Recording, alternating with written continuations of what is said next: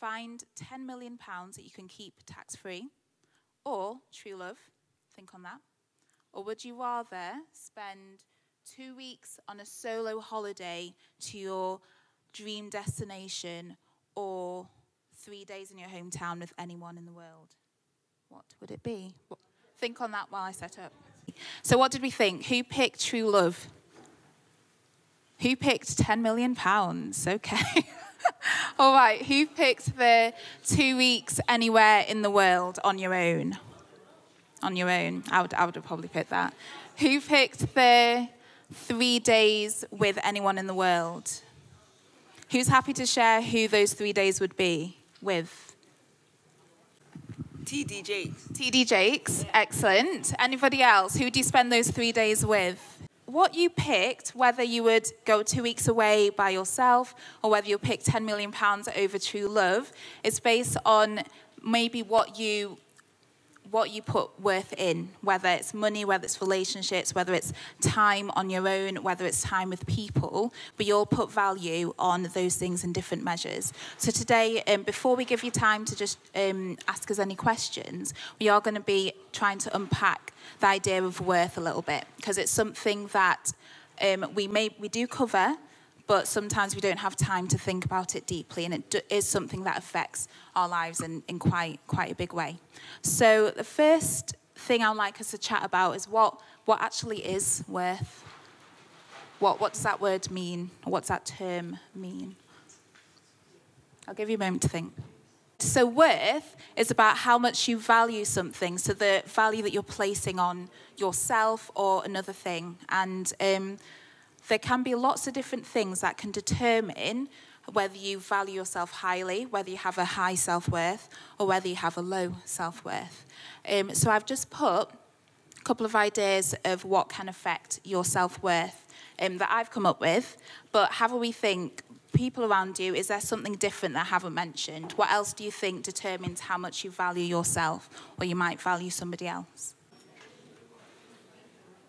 Okay. All right, so have I missed anything?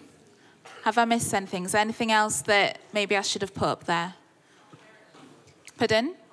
Parents, excellent, great. The parents have a really big impact on how you view yourself, perfect. Anything else? Okay, that's, thank you, go on. Excellent. Your faith, great. So yesterday, Mr. and Mrs. Vito were talking about how much your faith, as well as your parents and your friends, influence how you view yourself. So yes, faith, parents as well. Okay. So I'm just going to have a look, or we're just going to have a look at a couple of those things that we've mentioned up there, and one of the things that you guys said as well. So the first thing that we're going to be looking at is beauty. Okay, so luckily, as times have moved on, we've been getting lots of different and more positive beauty messages, but still, let's be honest, a huge part of how we view ourselves is in what we look like. So there's something called an appearance ideal, which can differ from time to time and from culture to culture. So an appearance ideal is just the way that your culture tells you is acceptable to look at a point in time. And it's important to make note of the point in time there. For example, no, that's fine. So this is just an example of how the ideal body type has changed in the past 100 years. Obviously, this is for largely a Caucasian ethnicity, but the idea is still there. So in the 1920s, I'm sure you've all heard of the flapper girls. So that was a really, really slim waist, really slim hips, really skinny, no bust at all, no breasts at all. So what they used to do, actually, if you had larger breasts, they used to actually bind their breasts to make them seem a bit slimmer. So when you think about the dresses, they literally go straight down, so then they have the flaps at the end. And then going on to the 1950s, and this is sort of when the media started to have a bigger impact on how young women or how women view themselves. So this was an era of movie stars, of Marilyn Monroe, known as being super curvy, super sexy at that time. So women, housewives, used to this is when they started to think about, right, I need to tone up, I need to make sure that my waist is like this, I need to make sure that my breasts at this size. That is when it started to come into fashion, if you like. And in the 1980s/1990s, the ideal started to be the sort of super skinny, supermodel kind of look. So almost painfully thin, because that's when models such as Kate Moss was becoming quite big, and that was a look that people were going for. Currently, as I'm sure you're aware, the ideal body type is more of a curvy figure, but curvy only in a determined way. So you have to have super, super slim waist, big hips, big bum, big breasts, but everything else needs to be without any stretch marks or cellulite or any different skin tones or anything like that. Okay, and that you're seeing that more with the Kardashians, with other Instagram stars or social media stars or things like that. Okay, so as you can see, even in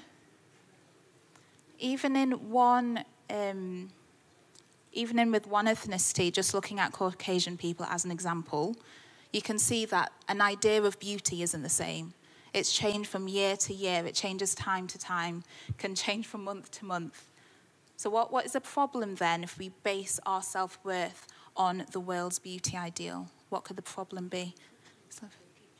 Yeah, it keeps changing. And then what are you going to do if you've got one body? You can't go from, I don't know, size 18 one day, then size 8 the next day. It's not sustainable. So we need to find a way of thinking about our perception of ourselves, of our beauty, that isn't based on what the world says is okay at that time. Okay, so we need to find a sustainable way of thinking about how we view ourselves. So I've just got a little video that starts to think about some of these questions.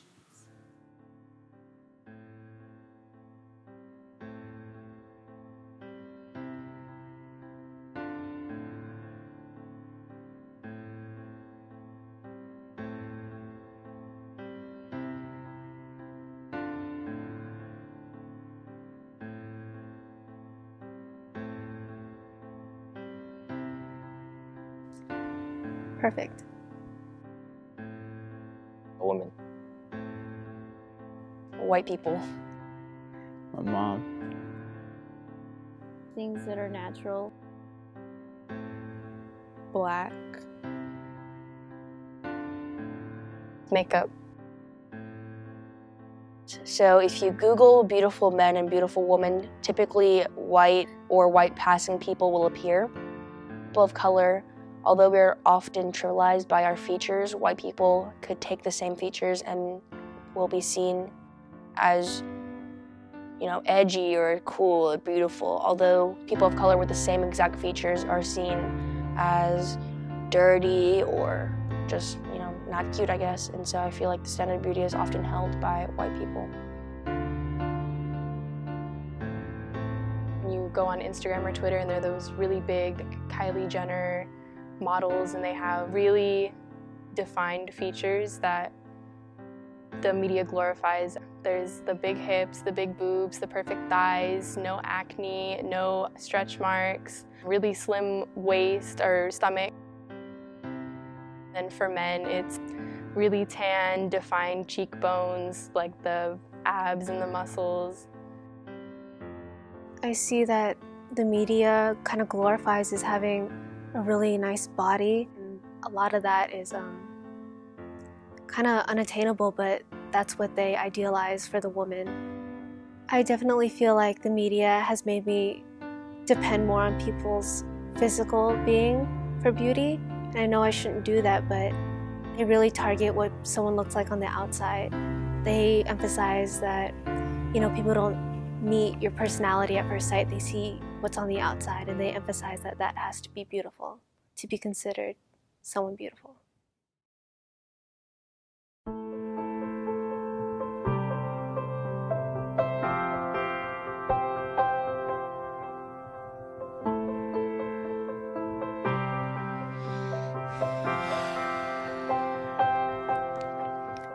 Help, I have done it again.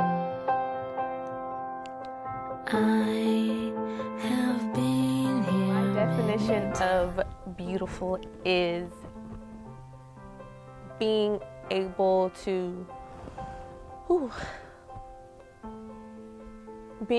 like look at yourself and not want to change everything about yourself, or not always criticizing yourself, or not always listening to what people say, like just being raw and cut in you. Yeah, I would consider myself a beautiful person. I do. I didn't before. I think in my own way, yes, I'm beautiful. No, I don't consider myself beautiful. I don't think I fit media's image of beauty, but I don't think anyone should ever feel like they have to fit media's definition of beauty. When I was 7 and I first went into Korea, it was the summer of going into 6th grade. That was the first time that I went through depression, and it was, every time I go through depression, it kind of has to do with something different. And the first time I went through it, it had to do a lot with my physical attribute. And I was a little 7-year-old in Korea, and I was going wild. I started getting anorexic, and I had a really difficult time. I would often like scratch my arms and my skin because I wanted to crawl out of myself. And I really hated the way I looked. I really hated the way I felt, and I just felt disgusting. I felt ugly. And a lot of the things that affected me were what I saw through media. I saw fair skin, I saw thin beauty, I saw people who just looked nothing like me. I didn't even see like Asian people at all growing up in the media, and Asians are the most underrepresented in Hollywood. And seeing all those ideals just made me really hate myself starting from a really young age.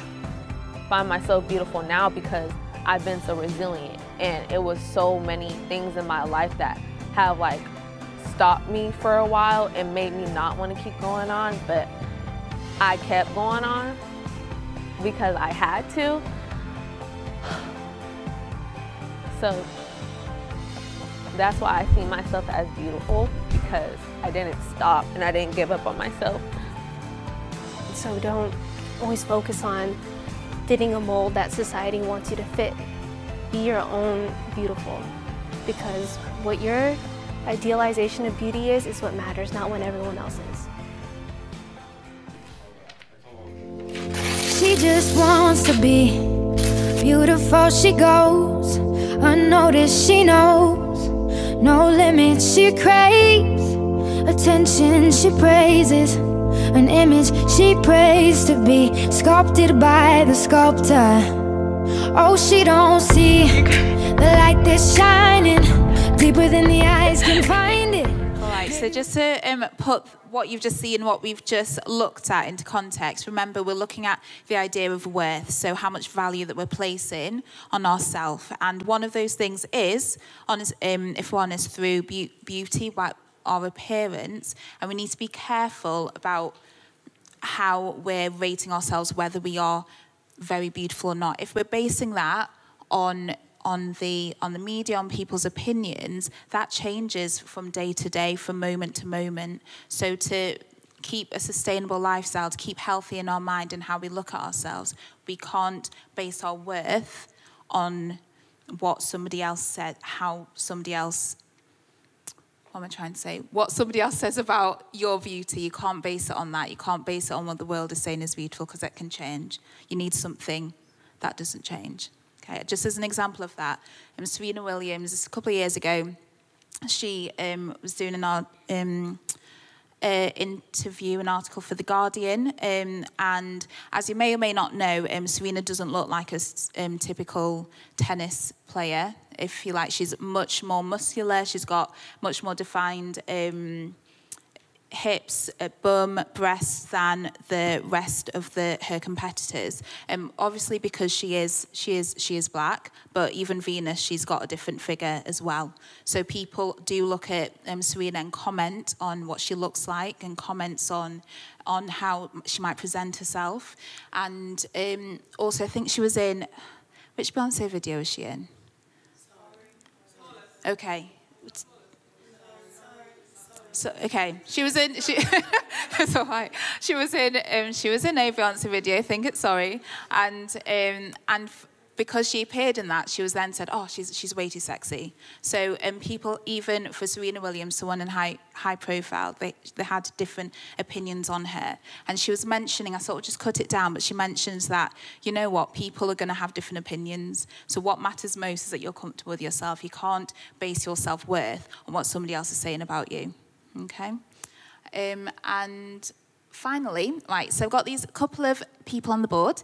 The lady on your left is called Melanie Gaydos. So as you can see, she looks a little bit different. So she's got a condition called ectodermal dysplasia. So it's basically when her teeth, her hair, her nails don't grow properly, so and her skin as well. So she, through most of her life, she didn't have any hair. You can see that her face is a bit sunken just because she doesn't have like defined teeth. When she speaks, she's got a really, really high voice. She's super slim. She's super tall as well, and she has such a hard time of people obviously looking at her strangely, thinking that. Staring at her, and then now that she's been able to come through that and realise actually it doesn't matter, well, she had to learn that I'm not going to base my sense of self on what somebody else is saying. And actually, because of her unique features, she's now sort of like an alternative high fashion model. So brands that are a little bit edgy or artists normally use her in their work. So if you do Google her, just be careful because some of the images are, I'm not going to lie, a bit scary. But that's just the kind of art that she's been used for. And somebody know who's on the right? Yeah, Winnie Harlow. So did she win? She not win. Okay, she didn't win. Well, she was in America's Next Top Model cycle. I don't know, one of the cycles. And as you can see, she's got vitiligo. So vitiligo is a condition where some of the melanin in certain areas of your skin, some of the skin cells, is not being produced. So you can see that she's got different places on her skin where she looks white, she's got light skin, and places where she's got dark skin. And that can change. It doesn't necessarily stay the same throughout your life. And when she was younger, she was bullied. She dropped out of school a couple of times. She became a bully because of it being insecure in herself. So she had to overcome that. I didn't see that cycle of America's Next Top Model. I think I might have started it, but she had to overcome that in a way to be able to say that, right, I don't care what you're going to say. Yes, I do look a little bit different, but she was still able to find worth in herself, not in what other people were saying. Okay, even though now everyone's like, oh, you look great, but they didn't always say that. Okay, so you just need to be careful about what you're basing your worth on. Okay, is that all right so far?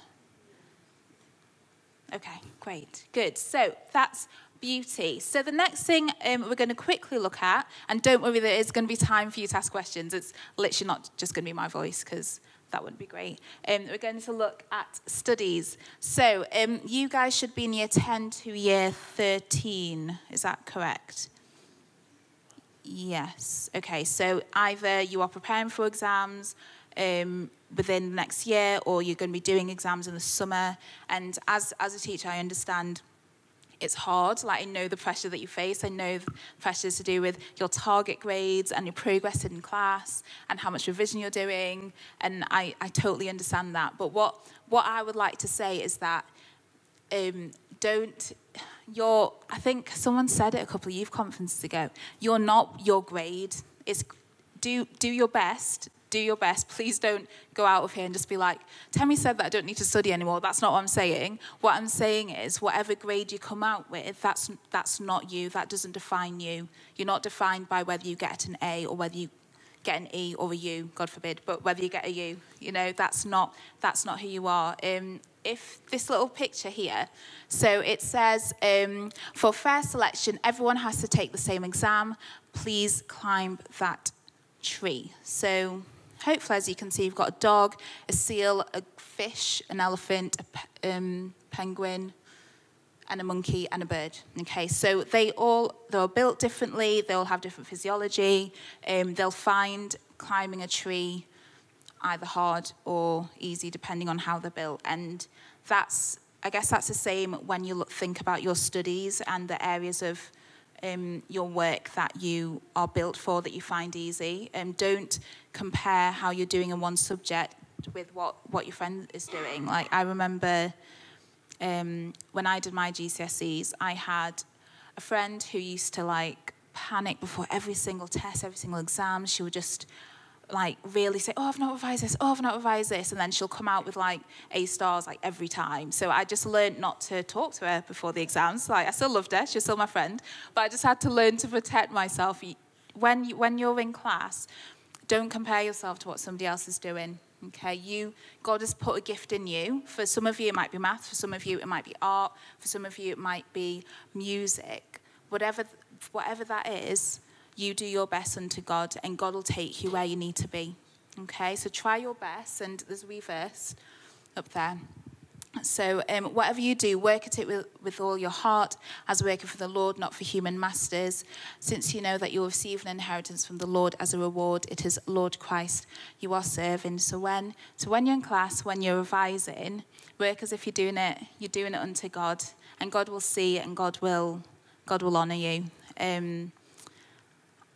Like in my family, as an example, I guess I'm more academic. My little sister, who some of you might know, Bucky, she's great. She's super creative, and I'm just going to boast about Bucky for a bit. She's not here. So she got a first in her degree in textile and practice. She worked with Hand and Lock, who is a really, really old embroidery firm in London. So they worked on, like, the Queen's cushions in their throne and all that stuff. And she did some work on Anne Hathaway's dress for a Alice in the Looking Glass premiere. Like, she's so good.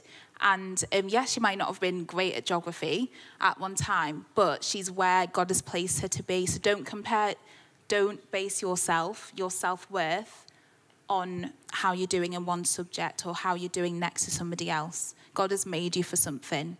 You just put your best in, and God will get you where you need to go. Okay? I'll just get off my little soapbox then. So it's something I'm really passionate about. In my class, I don't even put grades on exams when I give them back, because we talk about that later. It's not about grades. You just need to work on being the best that you can be, and that's it. But anyway, we're going to move on. All right. So as I've sort of alluded to, and Ibukan said earlier, your faith really should be what you base your self-worth on.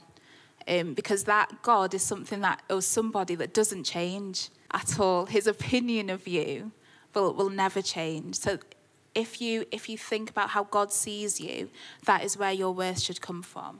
So Psalm 139 is, like, one of my favourite parts of the Bible. When it was results day for my A-levels, and I missed my first choice. So I thought, well, originally I wanted to do medicine, and then I thought, I'm going to do pharmacy. But then on results day, I was just like, oh, I got biology. What happened to pharmacy? And literally, I thought my life was over, because I didn't even think of what I could do with biology, even though I loved it, and it is the best subject, by the way. But at that moment, I thought I had my life planned out, and I thought I had, like, what the best of me was planned out. And my mum talked to me about Psalm 139, and in it just talks about how much God knows you. He sees you in everything before you're even born. He's planned out all your days. Like, God knew that day would come for me, and that really encouraged me, because actually God knew my future. And so there's one part in it that says, I praise you because you made me in an amazing and wonderful way. What you've done is wonderful. I know this very well. And that's how God sees you. He made you in a wonderful way. That is where your worth comes from. It doesn't come from what someone says about how you look like or what your hair looks like that day. It's great to look good. I'm not saying it's not. It's great to dress up. It's great to look good. But that is not all you are. Okay, it's not in your target grade. It's not in how good you are at maths, how good you are in art. It's in who God says you are. Okay, and now looking back, going through uni and doing biology, I realised that yes, I do love biology. I've always loved biology. I loved my degree. I work with young people now, and working with people is what I always wanted to do. And I know that I know that I'm supposed to be in the school that I'm at, I'm supposed to be in the job that I'm at, and I wouldn't have done that if my plan A, my plan B had come to pass. Okay, so God knows, honestly, like, just God's got you, okay? And just a couple of other passages that really help me when I'm feeling a bit rubbish about myself and life. I'm sure you might have come across some of these before, so I'll just give, I won't read them out, I'll just give you a moment to read them.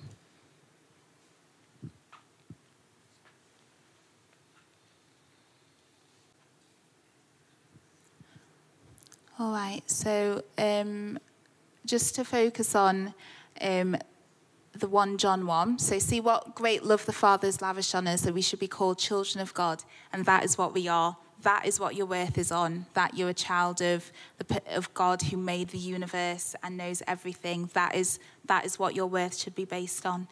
And the Ephesians verse says that God raised up with Christ and seated us with him in the heavenly realms, and Christ is above everything. So, you know, we've got so many treasures, so much authority in our identity as daughters of God. So finally, just going to have a chance for you to have a wee talk, maybe ask some questions. So, so I'm just gonna play the start of the video in a moment, and it's just some girls talking about, or some women talking about the issues that they've faced around worth. Okay, and then we're gonna pause it to give you a chance to talk to each other and maybe write down questions. And your questions do not have to be about what I've just said. It can be about relationships. It can be about anything. I think you've all got some little slips of paper around. If you need more, I've got some. So we're going to listen to what these women have to say just to get us thinking. Going to have a chance for you to write down your questions, and then me and Dot and anyone else are happy to answer them. Is that okay? Is that okay, I should say?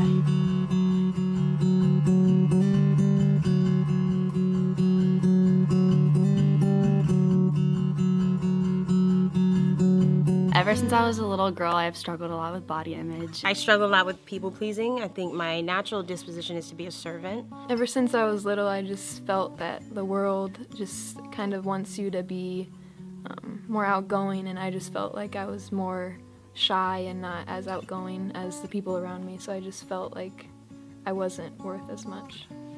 People are always trying to figure out what race I am, asking, what are you? Being a dark-skinned woman, you're constantly being told that your skin tone is not good enough. You need to be a lighter shade. I was told that I was worthless and a burden. Until the age of 4, I grew up in an abusive and neglectful household, and I feared that I would always become the ones who made me, so my mom and my dad. My sophomore year of high school, I ended up developing an eating disorder, which was really hard for me, and it's an everyday choice that I make to recover. My worth is not defined by society's general acceptance of what motherhood should look like.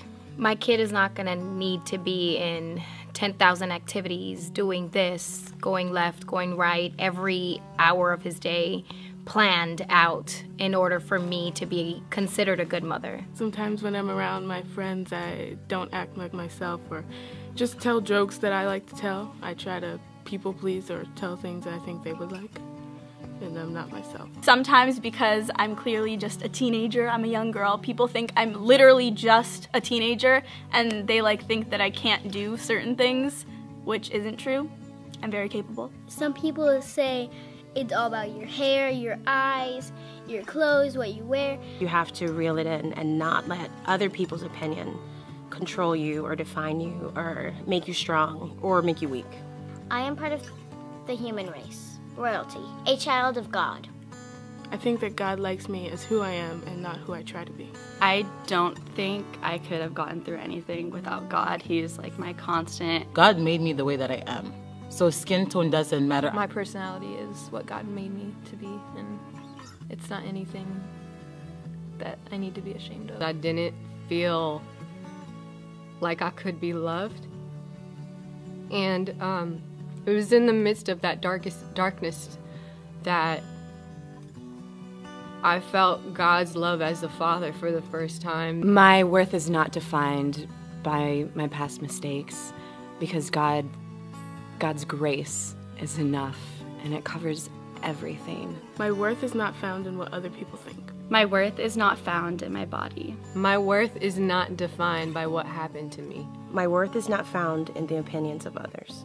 My worth is not found in my looks. My worth is not found in my DNA. My worth is not found in my race. My worth is not found in my personality. My worth is not defined by my race. My worth is not found in social media. My worth is not found in my talent. My worth is not found in my mistakes. My worth is not found in my career. My worth is not defined by my youth. I am a daughter of the King. I am a daughter of the King. Ndiri mwana wa Jesu. I'm a model, actor, and an athlete, but I'm much more than that. I'm a daughter of the King. Soy hija del rey. I am a daughter of the King. I am a daughter of the King. Encuentro mi valor en el que me creo. I am a daughter of the King. I'm a daughter of the King. Jest taka voridustra, jest sirvacem. What's most important is that everybody is daughters or sons of the King. They tell me I'm too young. Tell me I'm not beautiful. I'm not good enough. I'm not worth anything at all. They tell me I dream too much. I got my head in the clouds. Maybe I'm just hoping for something better than what I see now. A world where every girl knows the maker of skies, the maker of seas, the maker of every beautiful thing. He made you too. The mountain high, the river wide. He tells the sun when to set and to rise, and he made you too. You're a daughter of the King. So tell me, what does that make you?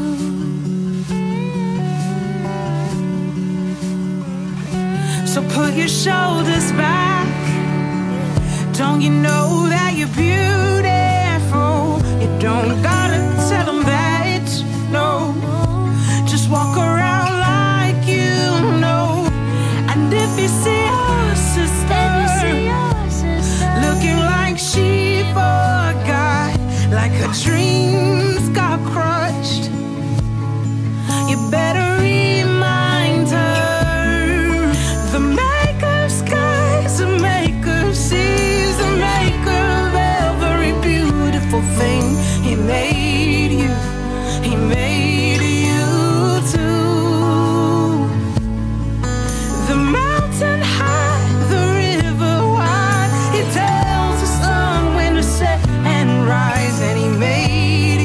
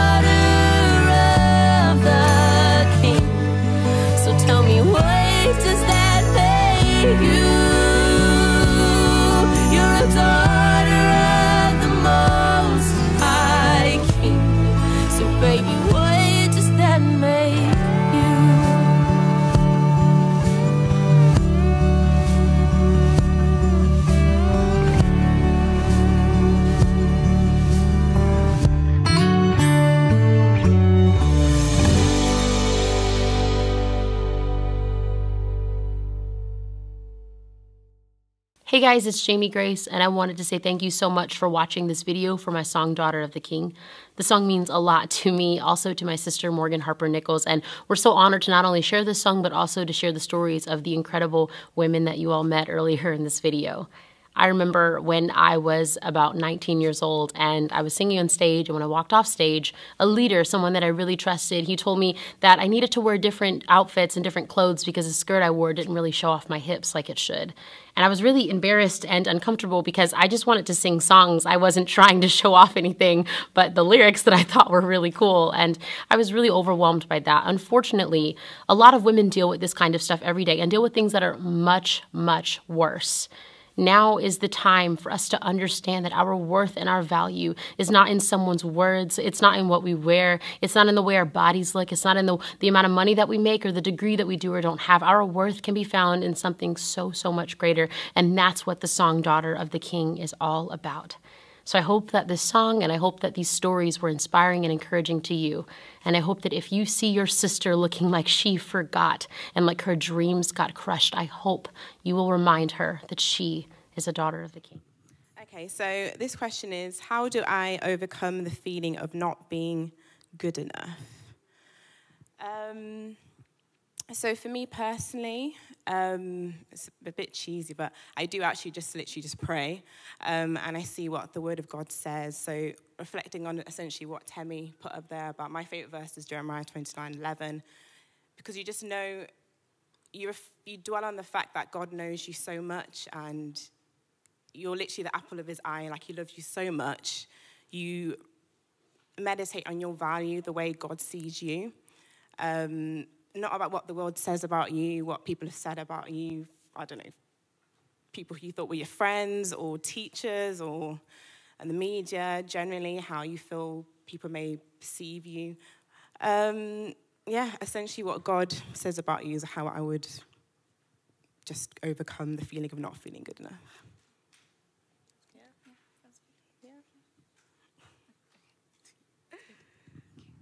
So the one I've got is, how do I cope with depression? So thanks so much for the question.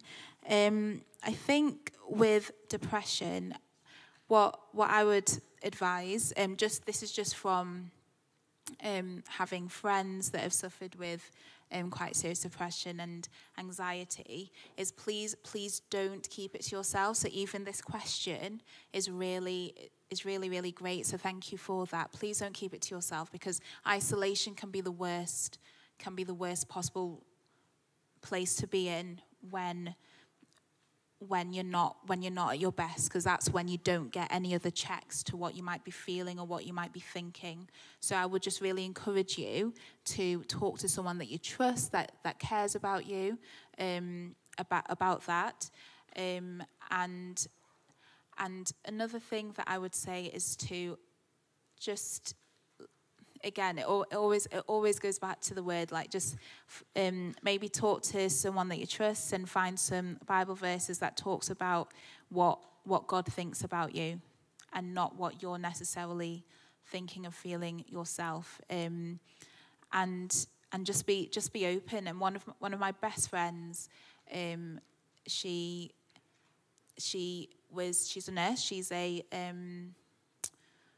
palliative care nurse, so she works in a hospice. But she had to give that up because of her mental health was deteriorating, and she had really bad anxiety and depression. So she had to move back to live back with her parents and stop working for a while. And through that, what was helping her is just talking. Like, yes, it might take you time. Yes, it might be awful and difficult. Yes, you might still be wondering what people are saying about you or about the situation. But it's really important to talk to somebody and let them help you. And if that means that you might need to go to a Christian counsellor, or you might need to get some medication potentially, that's fine. That's all part of recovery. That's all part of getting back to where you need to be. So I would just encourage you to talk to someone about it, and you're not alone. You don't think that you're strange or unusual. Like there's the incidence of depression in young people and other mental health issues is rising, actually, and because of a variety of reasons, some of which we've covered today. So don't think you're on your own with that. Okay, so talk to someone that you trust. Lean on verses in the Bible that talk about who you are, not who you think you are. Okay, and that's what I would say to that one. Okay, I don't know if this is serious or a joke, but how can I stop my curls from going dry? Lotion, oil, and cream, the Lock method, and lots of water.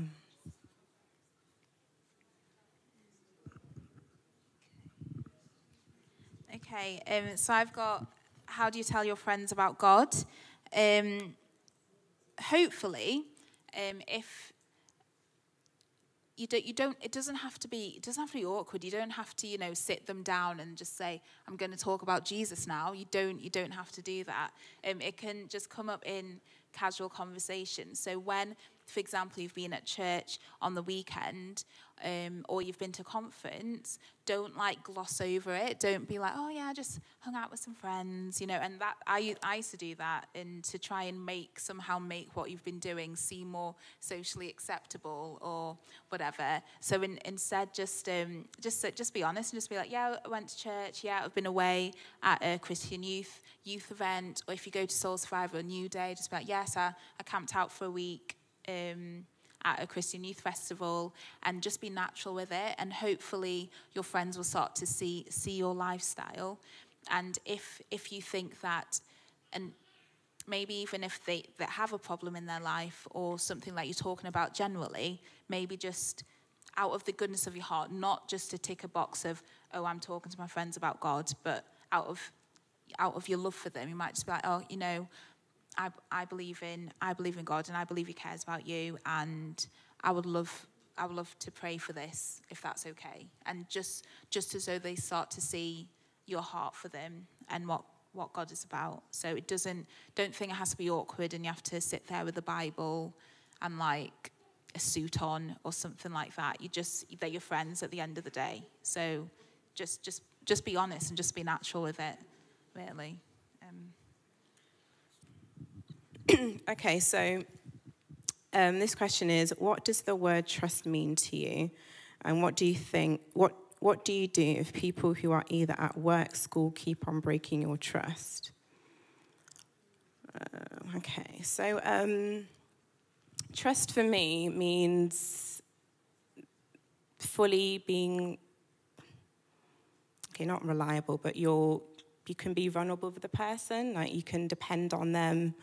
Maybe it could be practically, you can seek guidance from them, etc. What do you do if people who are either at work, school, keep on breaking your trust? I think, for me, there's a verse in the Bible it's Proverbs 4:23, which basically says you should guard your heart with all diligence, for out of it flows a wellspring of life. I think ultimately the only person you can trust is God. Man can fail you. It can even be your parents. It could be who you claim to be your best friend. I think it's important to not attach your emotions too much in the fact that there's someone who I can trust, and if they break your heart like that, it's the end of the world. I think you should only trust in God, and if someone fails you, it's hard, but just pray through that situation, forgive that person by God's grace, and just work through that situation. And you'll then grow to apply wisdom about knowing who you can trust. And, it's not everyone that you tell everything, People can open their mouths intentionally, accidentally. You just have to be wise with who you expose yourself to in your life and your intimate details, because ultimately all of those details, intimate details, you share that with God through prayer, worship, etc. And you live your life walking with God. And, with wisdom, as I've said, that's how you learn how to interact with people and be able to trust them and not get your heart broken, because it's important for you to guard your heart. And hopefully we've got a bit of time. Yep. Okay. So, okay, 5 minutes, great. So this one says, should I tolerate transgenders? And I think they're a bit unsure about whether it's a real thing. Okay, so if you're not aware, I'm sure you guys are. Someone might identify as transgender if they feel that if they are physically male, for example, they may feel like they are actually female, so identify with female appearance or female emotions or perceived female likes or dislikes. And that is becoming not necessarily more prevalent in terms of actual numbers, but I think it's getting more exposure. And because it's coming more to the social media, more to the mainstream media, we do see a lot more about it. So it'll be in drama, storylines now, and there's literature for children actually in primary school about it. So it is becoming more and more in the public eye. And what I would say is, for this goes for anyone that might be living a lifestyle that you're not sure of or you might not agree with. We still need to act, if you do believe in Jesus, act as Jesus would towards them. So if you do have a friend or someone in school that might be having working through their identity in that way, I would still show love to that person. Don't treat them badly. Don't be mean. Just treat them as your friend. Show them that you care. But at the same time, we need to make sure that we don't compromise on our understanding of how we are built to be. So, as we are in a Christian environment, so I'm going to talk about the Christian viewpoint, in that God did make people male and female, and before in the Old Testament, he encouraged, it was a law that you weren't supposed to dress in clothes that weren't for your sex, for your gender. So even though we are in a broken world, people might have issues surrounding that. That is still what we as Christians would go with, that we are male and we are female. And in light of doing what you feel in anything, whether it be sexuality, whether it be about money, whether it be about lying, we are encouraged as children of God not to do what we feel, to actually try and do what God would want us to do.